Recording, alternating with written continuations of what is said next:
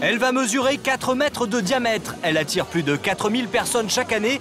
Avec 15 000 œufs, ça va être la plus grande omelette du monde. Car chez nous, l'omelette, on adore ça. L'omelette, vous l'aimez comment? Oh, croustillante. Bien cuite quand même. Baveuse. Facile à préparer, l'omelette s'accommode de toutes sortes d'ingrédients. Certains la cuisinent soufflée, d'autres la cuisinent sucrée. Une fête lui est même consacrée dans le sud de la France. Aujourd'hui, l'omelette séduit toujours autant les gastronomes. Alors, l'omelette 41, omelette au jambon cru. Alors, la 21 avec jambon fromage. Voilà. Au pied du Mont Blanc, dans ce restaurant de Chamonix, la spécialité, c'est l'omelette. Il y en a plus de 80 différentes à la carte. Et chaque client compose sa propre omelette. Et lardon champignon. Merci. Voilà, bon appétit, messieurs, dames. Merci. Ici, la majorité des clients sont des touristes étrangers fans de l'omelette à la française. L'omelette ici à Chamonix, elle est baveuse à l'intérieur et croustillante à l'extérieur. C'est ce qui rend cette omelette excellente. Pour comprendre comment réussir une bonne omelette, laissons-nous guider par Yann, chef cuisinier. Il accepte de nous dévoiler tous ses secrets. Donc pour une omelette, généralement, c'est toujours 3 œufs par personne. Moi, le secret de mon omelette, c'est que je mets toujours un peu de lait pour pouvoir l'alléger et qu'elle soit plus onctueuse à la cuisson. Fouettez ensuite les œufs énergiquement. On voit que ça commence à mousser, donc l'omelette est prête à cuire. Et pour réussir la cuisson, ne pas oublier de bien faire chauffer la poêle avant d'y déposer un bon morceau de beurre. Vous rajoutez vos champignons. Une fois bien saisis, ajoutez les œufs. Et toujours en dernier, l'assaisonnement, pour pas casser la consistance de l'œuf. Et voilà, vous retournez l'omelette, vous la faites cuire sur les 2 faces. C'est le secret d'une omelette bien baveuse. Mais il existe une autre façon plus originale de la préparer. C'est l'omelette soufflée. Donc là, pour faire cette omelette soufflée, on clarifie les œufs. C'est-à-dire séparer le blanc des jaunes. On monte ensuite les blancs en neige avant de les remélanger aux jaunes.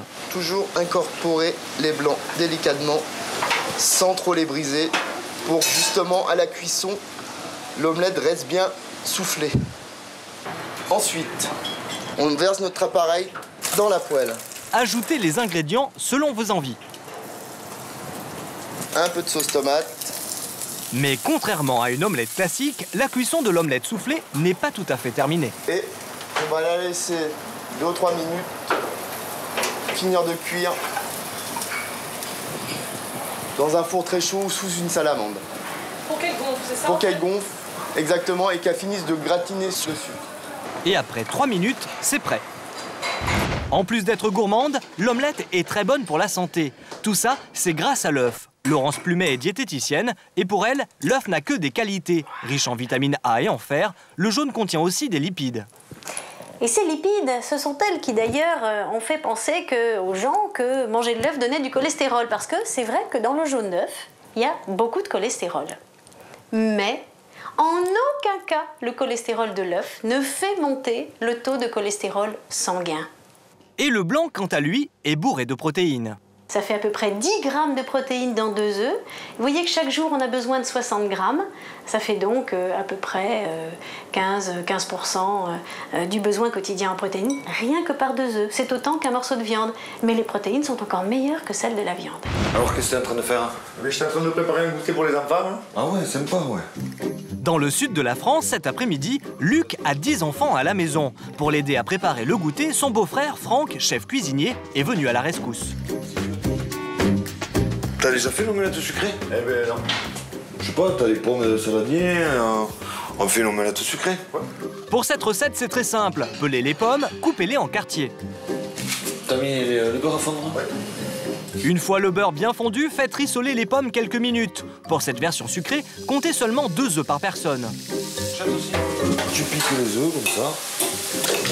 Et en quelques tours de fourchette, les œufs sont prêts à passer à la poêle. Tu ramènes dessus le côté cuit et le liquide revient au fond. Et si tu veux la baveuse au bout d'un moment, il faut lui laisser le liquide et on va la faire rouler à l'intérieur. On va y mettre nos pommes. Une fois replié, un coup de briquet pour faire flamber l'omelette avec un peu de rhum. Et voilà, ça te fait la bonne omelette. Et l'omelette sucrée de Franck fait l'unanimité auprès des enfants. J'ai bien aimé l'omelette de tonton. J'ai bien aimé, sauf que c'est trop bon, voilà. Mais pour Luc, pas le temps de traîner. Il doit vite enfiler son costume. Le costume de chevalier de la confrérie de l'omelette géante. Ça peut paraître loufoque, c'est pourtant très sérieux. On met ce costume pour aller fabriquer une omelette sur la place du village. Dernier détail, la toque du cuisinier. Il en faut bien une de cette taille pour préparer l'omelette la plus grande du monde. Mais pour réaliser ce plat hors norme, les préparatifs commencent dès 6 h du matin dans ce hangar. Allez. David, le responsable de la fête, vient y chercher la star de l'événement. La poêle, oui, 4 mètres de diamètre, 1 tonne. Pour transporter un tel monstre, ça ne s'improvise pas. Comme chaque année, c'est Jeannot qui est aux commandes de l'élévateur, devancé par David qui ouvre la route. Reculez-vous là, parce que vous passez pas avec la poêle de 4 mètres, s'il vous plaît. Ah, pardon. Voilà, pour ça que j'ai fait un appel de phare. Et si la poêle n'a aucun problème pour passer sur la route, à l'entrée de la place, ça coince un peu. Lève. Ah ouais, ça va, c'est pas grave. Mais bon, on ne fait pas d'omelette sans casser des œufs ni des panneaux. Après la poêle, c'est au tour des 15 000 œufs de faire leur entrée sur la place. 15 000, mais c'est directement de chez notre fournisseur.